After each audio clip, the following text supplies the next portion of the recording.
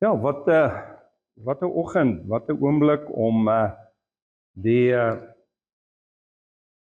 opgewondenheid, die blydskap, die celebration te ervaar en dan ook hierdie diepe stil word en toe te laat dat God se Gees in jou werk, hierdie diepe aanbidding en verering. Ja, dis wonderlik en om te ervaar hoe die Here in dit alles is, hoe hy naby aan ons kom. En ek glo die Here het 'n welgevalle in dit. Die Here sê hy woon onder die lofsange van sy volk. So waar ons by mekaar kom, sy naam oplig, hom vereer, hom besing en hom prys en loof, daar is hy in ons midde en dit is waarna ons so smag, want die mens is nie net liggaam nie, hy het hierdie gees en die geesmens smag na God se teenwoordigheid, jy sien. En wanneer ons God se teenwoordigheid beleef, dis wanneer ons innerlik verkoop word en versterk word. Prys die Here. Nou ek gaan vra dat u vanoggend saam met my gaan lees, baie welbekende gedeelte, in Markus, die 16de hoofstuk, vanaf vers 1. Ons gaan lees vanaf vers 1 tot en met vers 14. Dink ons net die klank so klein bietjie afkry. Hulle werk daaraan. Matteus 16 vanaf vers 1 tot en met vers 14. En toe die ek sê Matteus, Markus, verskoning, Markus. Markus 16 vanaf vers 1. En toe die Sabbat verby was, het Maria Magdalena en Maria die moeder van Jakobus en Salome speserye gekoop om hom te gaan salf. En baie vroeg op die eerste dag van die week, net na sonop, kom hulle by die graf en hulle sê vir mekaar, wie sal vir ons die steen voor die opening van die graf wegrol? En toe hulle opkyk, sien hulle dat die steen weggerol was, want dit was baie groot. En toe hulle in die graf ingegaan het, sien hulle 'n jong man met 'n lang wit kleed om aan die regterkant sit, en hulle het baie geskrik. En hy sê vir hulle, moenie verskrik wees nie, julle soek Jesus, die Nasarener wat gekruisig is, hy het opgestaan. Hy is nie hier nie, daar is die plek waar hulle hom neergelê het. Maar gaan, sê vir sy disippels en vir Petrus, dat hy voor julle uitgaan na Galilea. Daar sal julle hom sien, soos hy vir julle gesê het. Toe gaan hulle haastig uit en vlug van die graf af weg, en bewing en ontsetting het hulle aangegryp, en hulle het vir niemand iets gesê nie, want hulle het gevrees. En nadat hy, dit is Jesus, opgestaan het, vroeg op die eerste dag van die week, het hy eers verskyn aan Maria Magdalena, uit wie hy 7 duiwels uitgedryf het. Sy het gegaan en dit vertel aan die wat saam met hom gewees het, terwyl hulle treur en ween. En toe hulle hoor dat hy lewe en deur hulle gesien is, het hulle dit nie geglo nie. En hierna het hy in 'n ander gedaante verskyn aan 2 van hulle, terwyl hulle loop op pad in die veld. En hulle het ook gegaan en dit aan die ander vertel, maar die het hulle ook nie geglo nie. Later het hy aan die 11 self verskyn, toe hulle aan tafel was, en hy het hulle al ongeloof en hulle hardheid van hart verwyd, omdat hulle die wat hom na sy opstanding gesien het, nie geglo het nie. Tot sover. Mag die Here sy woord aan ons hart seën. Nou, die tema van ons boodskap in hierdie oggend is, hy, Jesus, het opgestaan. Nou, as ons hierdie gedeelte mooi lees, rakende hierdie Paasnaweek van die Pasga, en alles wat daarmee saamgegaan het, dan besef ons dat dit 'n baie emosie belaaide naweek moes gewees het. Aan die een kant was daar die fariseërs en die skrifgeleerdes, hulle was in ekstase van blydskap, want Jesus is dood. En dit is wat hulle baie graag wou doen. Die Bybel sê vir ons, hulle het by vorige geleenthede probeer om Jesus dood te maak, maar hulle was nie suksesvol nie. En die naweek het hulle al hulle beplanning gehad, alles in plek gekry, en dan is Jesus dood. Nou Jesus was vir hulle 'n bedreiging, groot aanhang begin kry, en hulle het gevoel Jesus pas nie in hulle prentjie, in hulle wêreld, hoe hulle dinge wil doen nie. Hulle wil in beheer wees, en hulle is bekommerd, en hulle is bedreig, en Jesus moet uit die pad uit, en hulle is bly, en hulle tik mekaar op die skouers, en hulle sê, wel gedaan, hulle skud 'n hand met mekaar, en hulle wens mekaar geluk. Mooi, ons het geslaag in ons doel. En ek dink daar was tog 'n tikkie bekommernis in hulle harte, want die Bybel sê vir ons daar was 3 uur algehele sonsverduistering. Nou dit het nog nooit plaasgevind nie. Almal van ons weet, sonsverduistering is 'n baie kort tydjie waar dit plaasvind.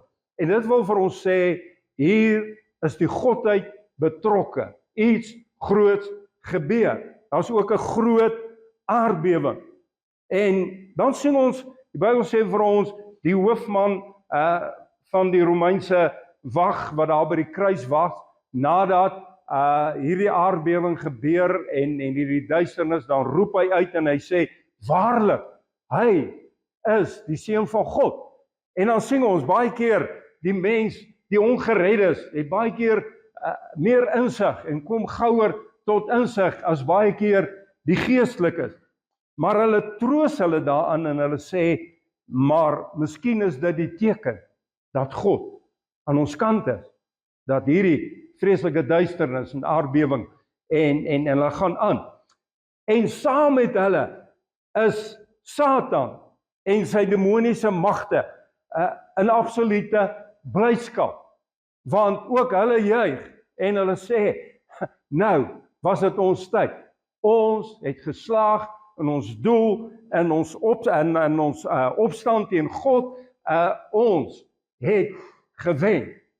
Maar wat Satan vergeet het, is dat Jesus die volmaakte offerlam van God is, en hy wat Satan is 'n gevalle engel uit die hemel.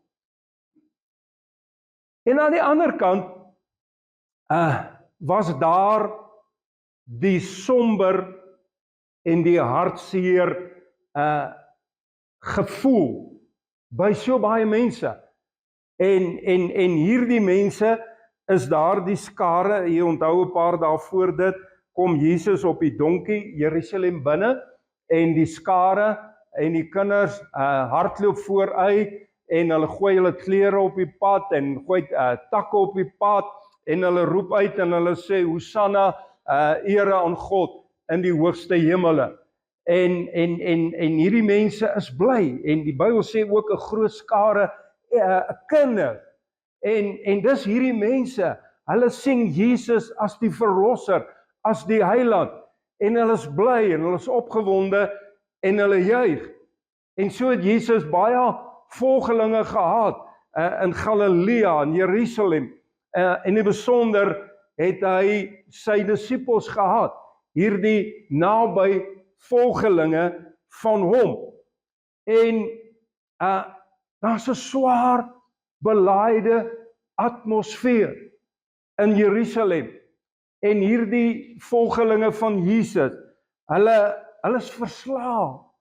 Hulle weet nie wat gebeur het nie. Kan dit regtig so wees? Hierdie Jesus wat soveel goed gedoen het, soveel wonderwerke, wat so reg gepraat het, en hulle het in hom geglo, en skielik is hy dood. Hy's weg. Hulle is verslae. En dit lyk of alles wat Jesus in hierdie 3 jaar in sy bediening opgebou het, dit lyk of dit eensklaps plat geval het. Jesus is dood. Judas het Jesus verraai, hy pleeg selfmoord.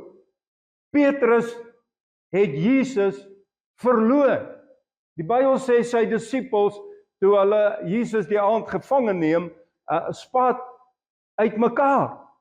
So alles lyk so daarmee heen. En dan die volgende dag, die tweede dag, is dit Sabbat. En niemand van hulle mag werk nie, en hulle is almal maar daar op hulle eie, en hierdie gevoel van verslaanheid is maar net by almal, want hierdie nuus het vinnig versprei. Jesus is dood.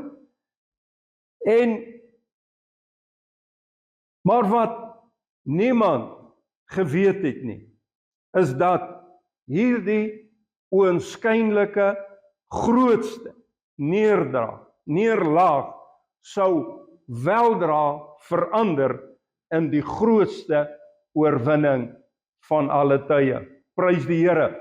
En dan kom hierdie vroue, sê die Bybel vir ons, hierdie vroue kom Sondagoggend, vroeg, net nadat lig geword het, kom hulle by die graf, en wat vind hulle? Die steen het weggerol, en die graf is leeg. En ek wil sê, die leeu van Juda het opgestaan.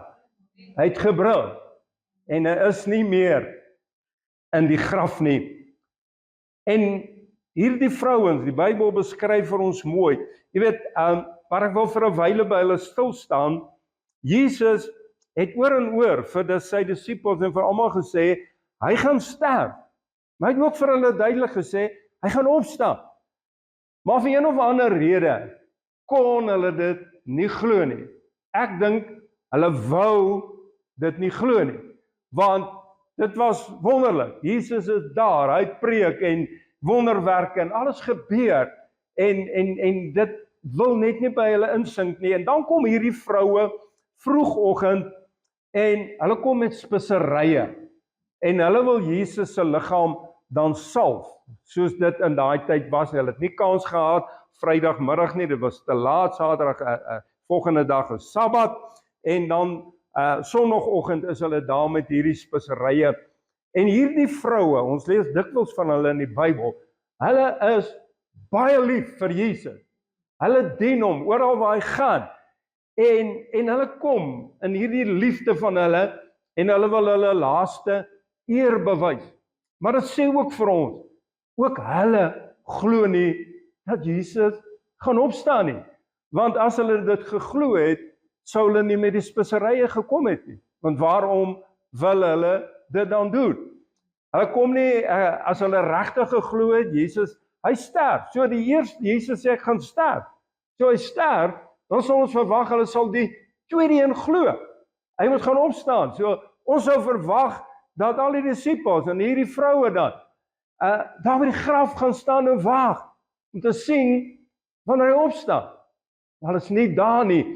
En dan is hulle in ekstase. Jy sien, nou begin die prentjie draai. En hulle gaan terug, en hulle gaan vertel vir die disippels. En dan sê die Bybel vir ons, hulle glo ook nie. Ons kan nie glo, dat hulle eintlik nie glo nie. En dan verskyn Jesus self aan hulle. En dan begin hulle besef, en by 'n ander verhaal of 'n ander evangelie sê dit vir ons dat Thomas, die ongelowige, was nie by daai geleentheid teenwoordig nie. En hy sê vir hulle, ek gaan nie glo nie.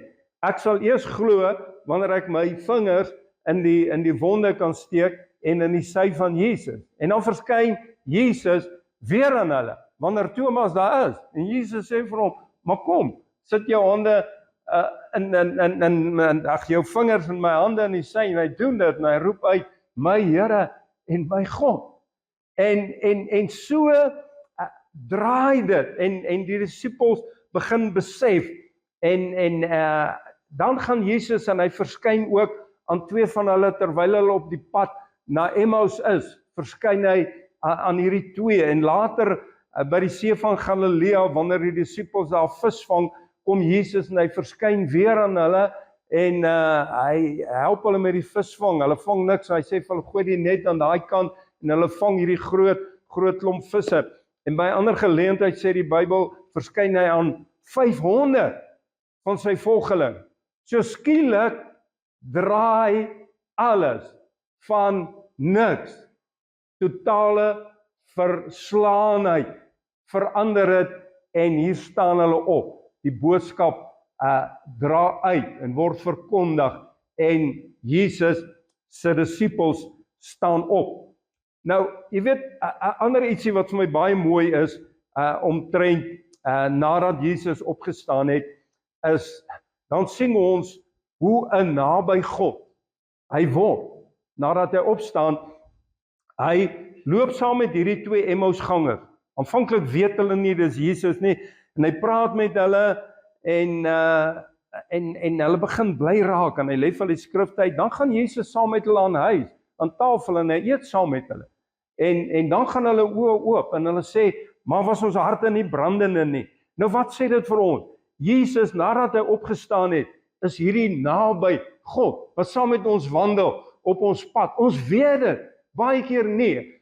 Hy's baie keer so naby aan jou, op hierdie pad, waar jy stap, en jy dink dis 'n eensame pad, en hy kom, en hy gaan saam met jou aan huis, en hy eet saam met jou. Maar jy weet, dan wil ek hom verder vat, terwyl hulle by visvang. Hulle was vissers, dis hulle werk. En terwyl hulle werk, verskyn Jesus daar. Wat sê dit vir ons? Jesus is ook by jou werk. Jy's nie daar alleen nie, hy's by jou. Op 'n ander geleentheid is hy by die 500. Wat sê dit vir ons? Jesus is daar waar jy alleen loop, maar hy's daar by die skares. Wanneer daar 'n celebration is, en sy naam opgehef word, dan is hy daar.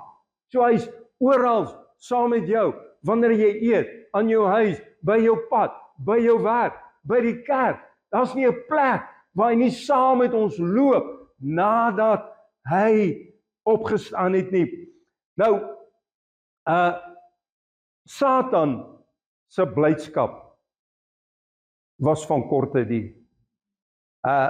Want Jesus sou neerdal, sê die Bybel vir ons, na die hel. En hy sou die sleutels van die dood en die doderyk van Satan afneem. En hy het dit afgeneem. En hy het hom gestroop van sy mag en sy autoriteit. En daarom dat die Bybel sê, Jesus sê, aan my behoort al die mag in die hemel en op die aarde.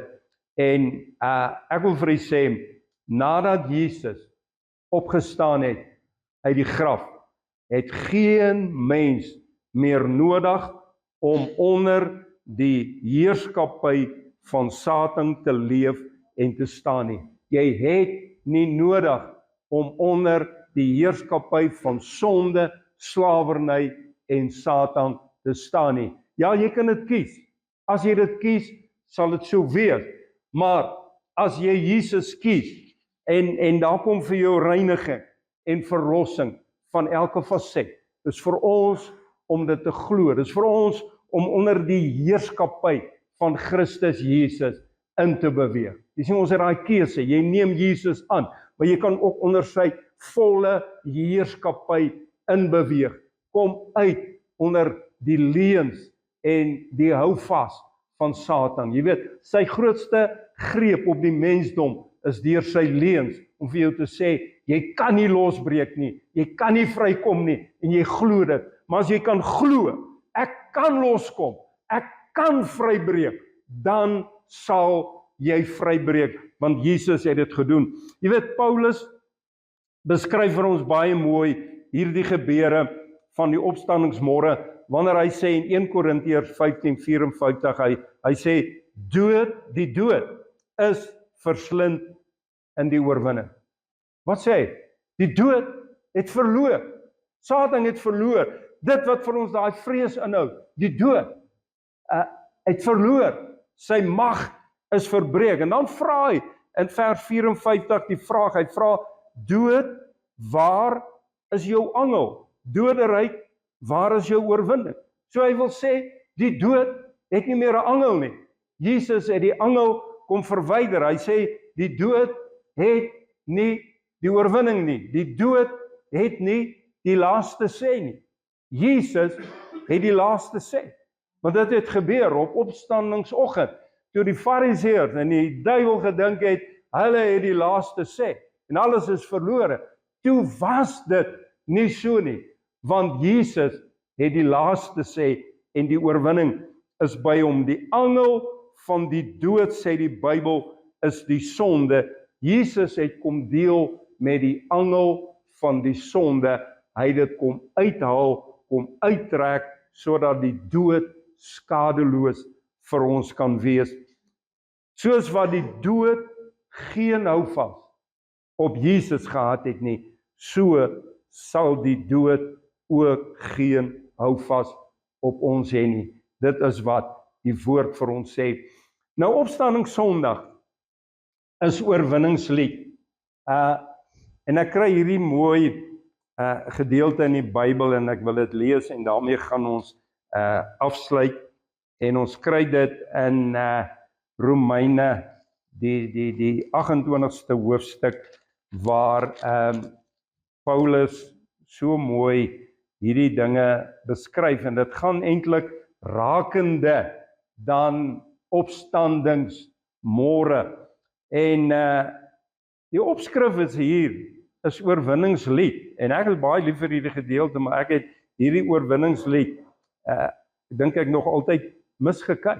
So oorwinningslied, en ek glo hulle het heel moontlik die eerste kerk hierdie as 'n lied gesing, dink ek. En sal dit nie wonderlik wees as ons dit ook kan sing nie, want wat kan dit nie vir ons sê terwyl ons dit sing nie? Die opskrif is oorwinningslied, God vir ons. Wie kan teen ons wees? Dan sê hy vers 31, wat sal ons dan van hierdie dinge sê, as God vir ons is, wie kan teen ons wees? Nou, kruisiging, Paasnaweek sê, God is vir ons. Dis hoekom hy sy seun Jesus gestuur het. Hy sê ons nie sy seun Jesus stuur as hy teen jou is nie. En sondagoggend, opstandingsoggend moet vir ons kan sê, Jesus is vir jou, is vir jou, is vir jou, is vir jou. Daar's 'n lied, weet ek, wat baie oor dit gaan. God is for you, is for you. Hy's nooit teen jou nie, hy's vir jou. Ja, Satan is teen jou. Hy kom met sy draai en sy liste en al sy planne. Hy's teen jou, maar God is vir jou, vir jou. Hy het sy krag vir jou daar, sy opstandingskrag. Hy het sy lewe vir jou. As God vir ons is, wie kan teen ons wees? Niks of niemand nie. Hy sê hy wat self sy eie seun nie gespaar het nie, maar vir ons almal oorgegee het. Hoe sal hy nie saam met hom ons ook alles genadiglik skenk nie? God weet wat ons nodig het. Hy wil gee wat jy nodig het, innerlik, geestelik, wat ook al. Wie sal beskuldiging inbring teen die uitverkorenes van God? God is dit wat regverdig maak. Wie is dit wat veroordeel? Christus is dit wat gesterf het, ja meer nog, wat ook opgewek is, wat ook aan die regterhand van God is, wat ook vir ons intree.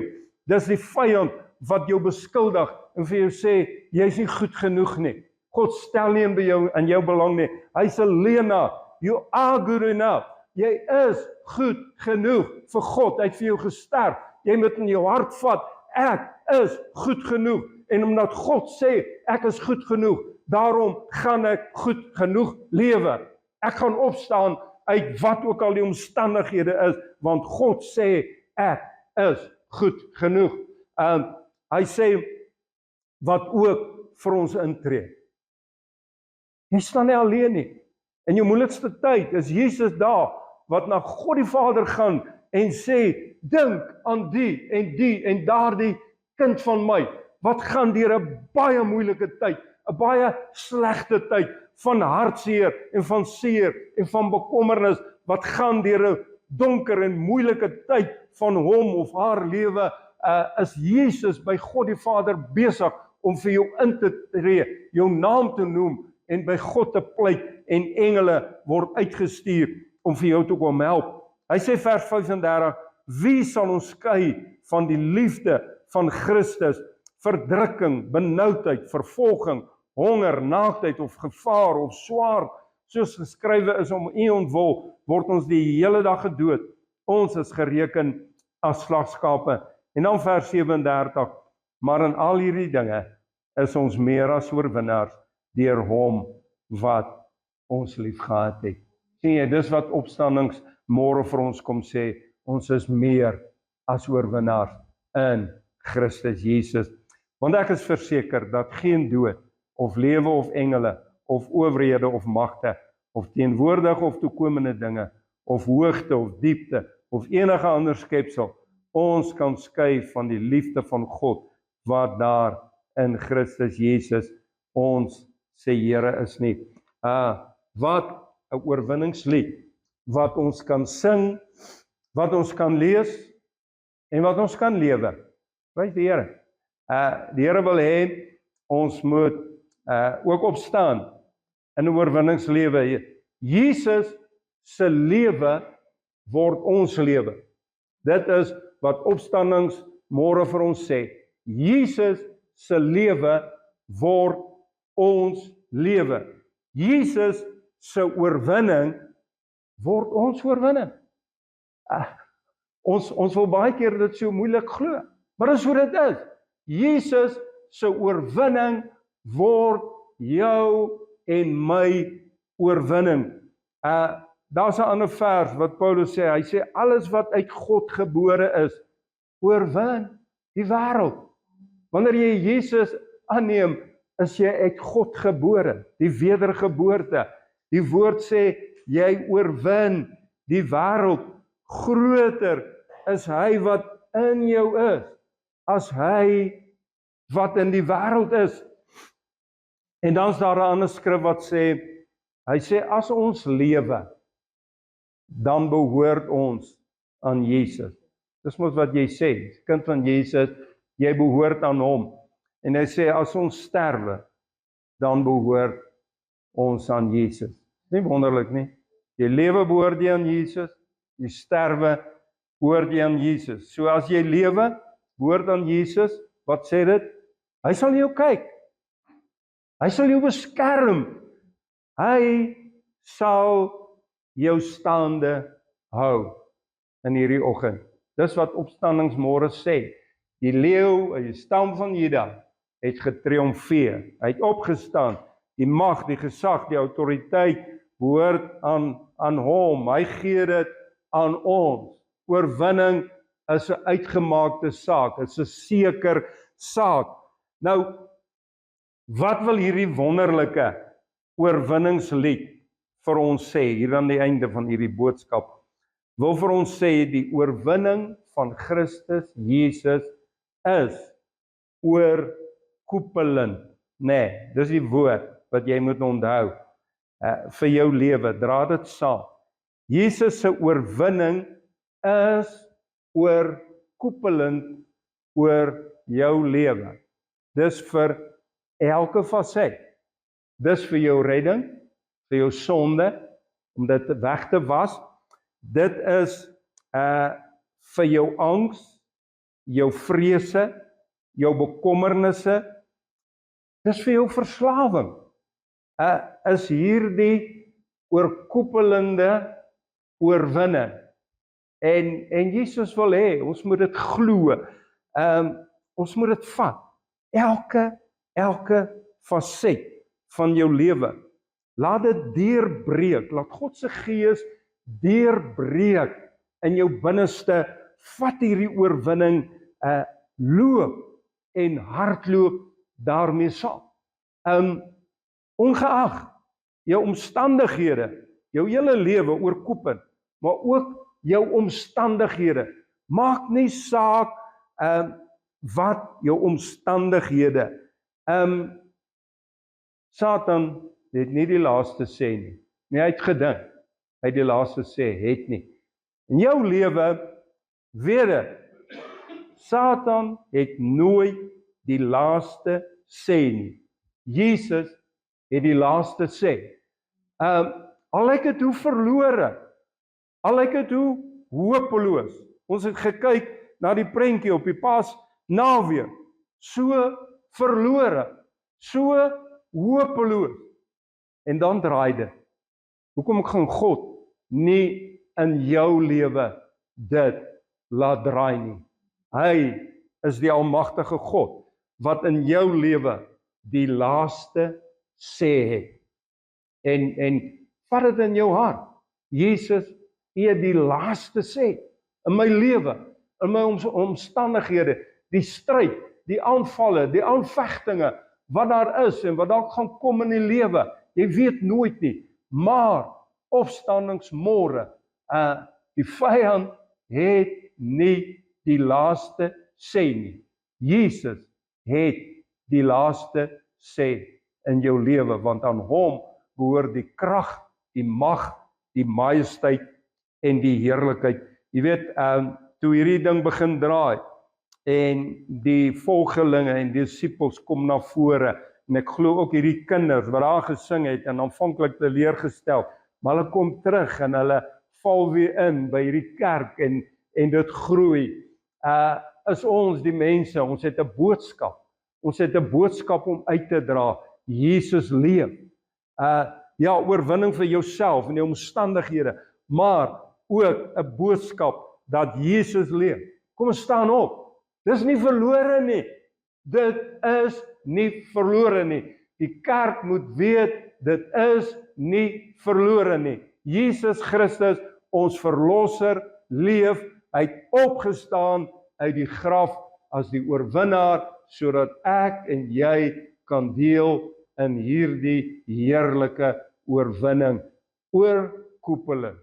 Wanneer jy uitgaan, elke dag van jou lewe, sien dit, daar is so 'n koepel oor jou lewe, van Jesus se seën, sy lewe, sy oorwinning oor jou lewe. Vat dit in jou, stap saam die pad van oorwinning wat Jesus vir ons as sy kinders bewerk het. Prys die Here. Kom ons sluit ons oë in gebed.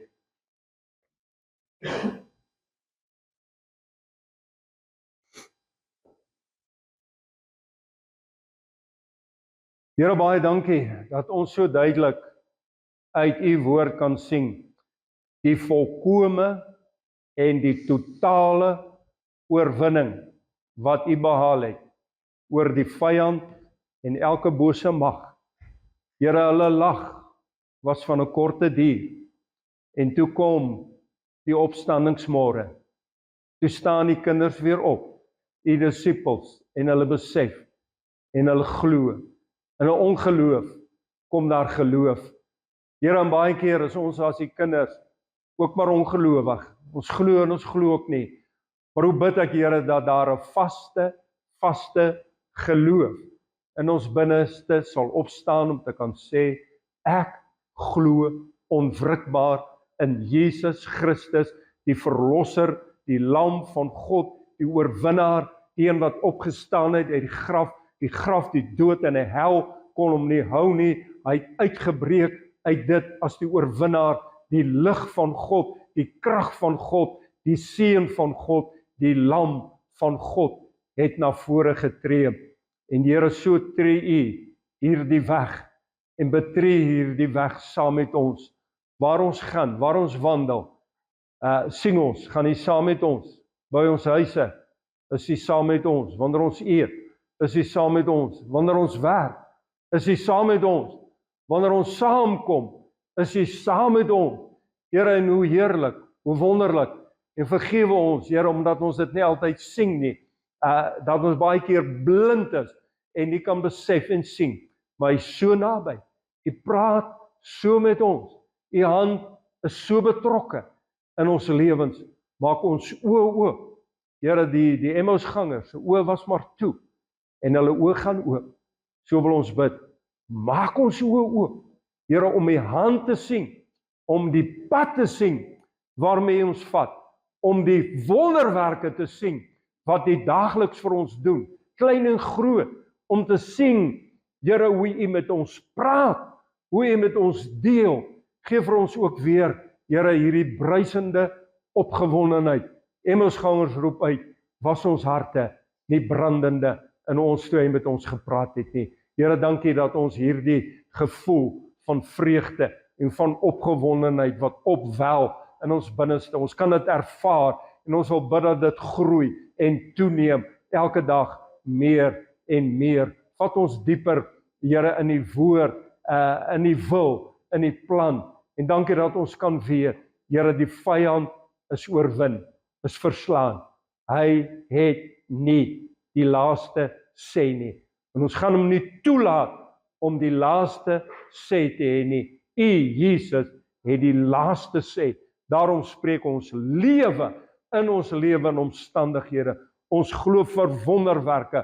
Ons glo dat U met die vyand deel, dat U met hom afreken. U sê het gekom om die werke van die vyand te verbreek. En Here, in hierdie oggend glo ek dat U dit doen in talle lewens.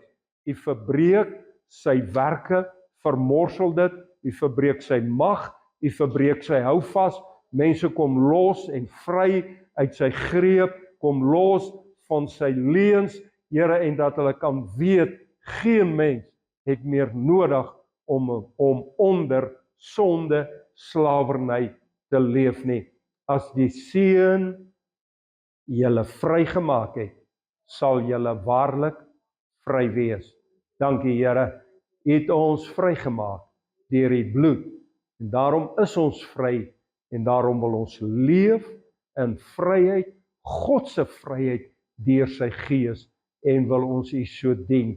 Dankie, Here, vir U woord wat ons verseker, as ons aan U behoort in hierdie lewe, sal ons ook aan U behoort by die dood. Regdeur ons lewe, begin tot einde, Here, wil ons onder U bloed en onder U hand leef. U sal ons nie los langs die pad nie. U stap saam, Here, en dis 'n reis tot in alle ewigheid. Here, hierdie maak ons opgewonde.